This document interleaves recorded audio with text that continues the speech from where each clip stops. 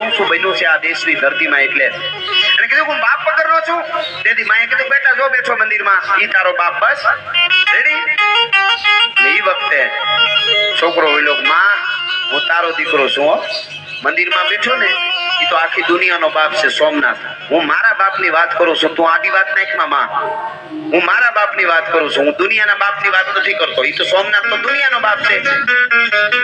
તેથી મિત્રો ઈ 7 વર્ષના બાળકનું આમ બાવડું પકડ્યું માએ અને સોમનાથના પટાંગણમાં એક પાળિયો ખુલ્લો પાળિયો, પાળિયાની આગળ જઈને બાઈ પલોઠી વાળી બેઠી, દીકરાને પાસે પલોઠી વાળી બેહાર્યો, દીવો કર્યો પાળિયાને, 2 આહુડા પડ્યા ઈ બાઈએ અને આહુડા પાડીને પછી પોતાના દીકરાને કીધું બેટા ક્યારને કહું છું હાલ ઘરે તું કહેશો મારો બાપ ને હું નબાપો તો સાંભળી લે. હવે જેટલા ગામના છોકરા તને એમ કહે છે કે તું નબાપો છો બાપ વગરનો છો એને આ વાત કહેજે બેટા હું તને વાત કરું. મિત્રો સોમનાથના પટાંગણમાં પાળિયાની આગળ બેહીની બાઈ વાત કરે છે.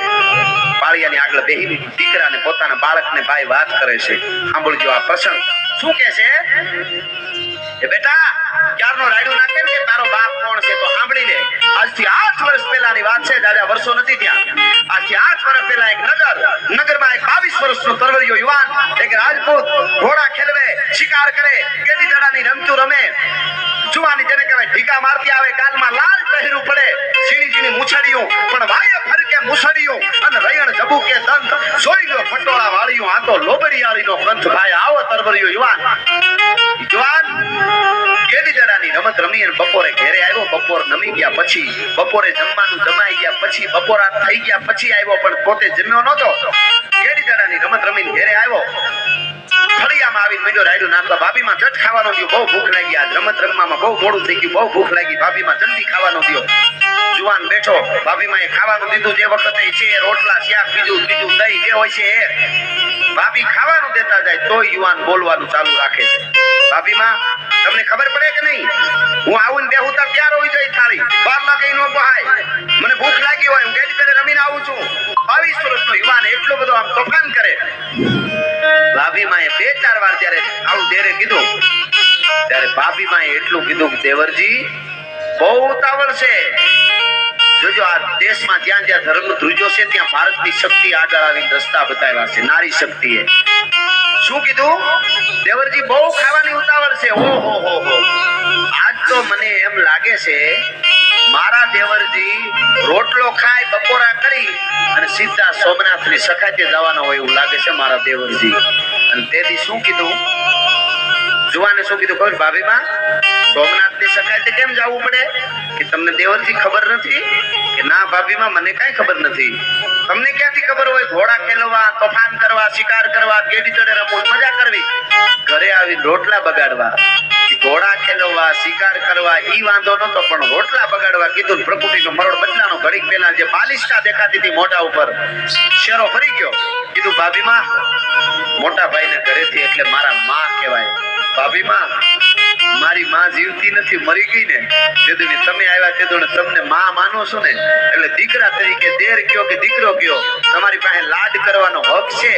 એટલે લાડ ખાતર તમારા આમાં આવા લાડ કરું છું ને મારો હક છે. માં તરીકે તમે મારા ભાભીમાં એટલે માં.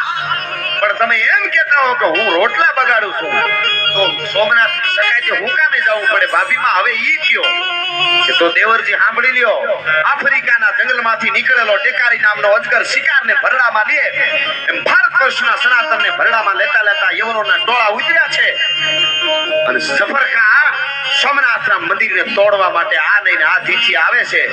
શેતાકાત રોકી શકે પાછો વાળી દે હું નથી કહેતી પણ ઘડીક રોકવાય આડો ફરે એવું કોઈ ખરું. એટલે મને એમ થયું મારા દેર ઉતાવળ કરે છે તો રોટલો ખાઈ ત્યાં જવું હોય છે.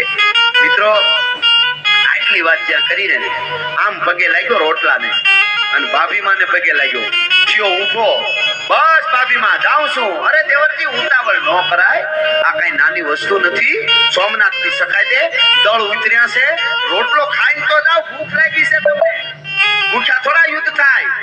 ભાભીમાં હવે રોટલો ન ખવાય તો કે તો દેવરજી સાંભળી લ્યો ગેડી દડાની રમત નથી, ભાગતો હુવર નથી તમારા ઘોડાની માથે પાગા નાખતા રકાબ કવિ ધાગા ધાગા ભરી ભાગા આગા દાવે નહીં ભાગા મૃગા નહીં આજ ઘોડા માથે સવાર થઈને ઠરડક ભાલાનો ઘા કરી અને ધરતી સાથે હુવરને ધરબી દ્યો ઈ સુવરનો શિકાર નથી દેવરજી સાંભળો અને ટાણે ટાણે ભંભલા ભરીને દારૂ પીવા વાળા એક કોડ જો બકરો ટાણે ટાણે ખાવા વાળા કાળા કપડામાં અરબસ્તાની ઘોડા માથે બેઠેલા ઈ આવે છે દુશ્મનો યવનોના ટોળા એક એક તલવારને ઝાટકે હાથને કાપે એવડી પ્રસંદ કાયા વાળા દુશ્મનો સોમનાથના પટાંગણમાં ચારે બાજુ મોત મોત મોત દેખાતું હશે એની વચ્ચે તારી ઉંમર હજી 22 વર્ષની હજી બાળક કહેવાય દેવરજી ન્યા જવાની વાત છે હો એડી જડે રમત કે હુવરનો શિકાર નથી અને તેથી ભાભી માને આમ પગે લાગીને કીધું ભાભી માં દુશ્મનના દળ કદાચ ગમે એવા હોય પણ સોમનાથની સાક્ષી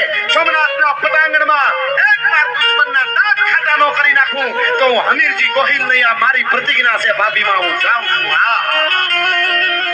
તાકાત જોજો આ દેશના યુવાનોની અને કયો ઉભો ભાઈઓ ભગાત જમ કરતો ઘોડે માથે સવાર થયો મિત્રો 200 રાજપૂતો તૈયાર થયા હતા યાર 200 રાજપૂતો ધર્મના માટે રાષ્ટ્રના માટે 200 રાજપૂતો તૈયાર થયા અમારા માણહોરભાઈ ગઢવી નામનો ચારણ પોતાની ઘોડી લઈને ગામો ગામ નીકળ્યો તો કોઈ અમીરજી ગોહિલ 200 રાજપૂતોને લઈને લડવા જાય છે કોઈને જાવું હોય તો આ દીથી યુદ્ધ થવાનું છે ગામો ગામ 18 વરણ આવ્યું હતું ઇતિહાસ એવું કહે છે દાદા પણ કેટલા ખબર કોક ગામમાંથી 1 કોકમાંથી 2 વધી 3 આવ્યા હતા બધા ગામમાંથી પણ 1 2 કે 3 18 વરણમાંથી થોડા આવ્યા હતા પણ 200 રાજપૂતો ટૂંકમાં વાત કરું યુવાનો તમને કોક દી એમ થાય કે ભારતમાં જન્માસી મારો સનાતન પવિત્ર ધર્મ છે તેથી આવી કથાઓ સાંભળશો નબળા વિચાર નહીં આવે કોઈ દી નબળા વિચાર નહીં આવે ખબર પડશે કે હું કઈ ધરતીમાં બેઠો છું કેવડી દીકરીઓ સાંભળજો દીકરીઓની આમાં બહુ સારી વાત છે અને નીકળો 200 રાજપૂતોને લઈ અને ગાંડી ગીરમાં પડાવ નાખ્યો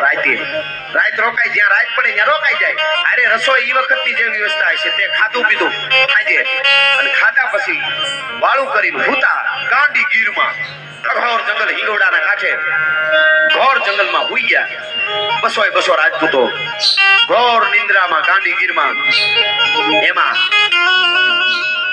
200 રાજપૂત ઊંઘમાં હુઈ ગયા છે એક જાગે છે એક વ્યક્તિ કોણ અમીરજી ગોહિલ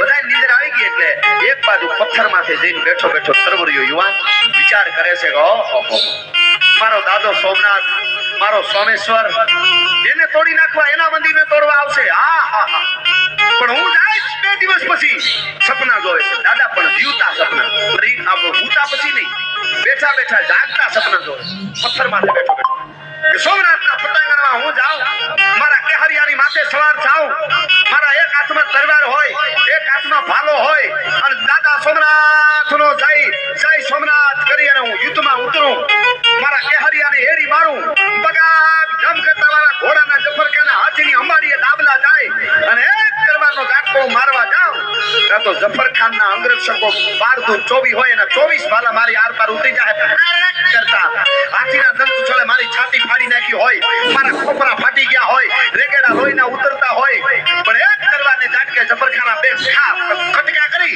અને પછી હું હેઠો પડું આવા સપના જોવે છો વળી વિચાર આવે છે નહીં એમ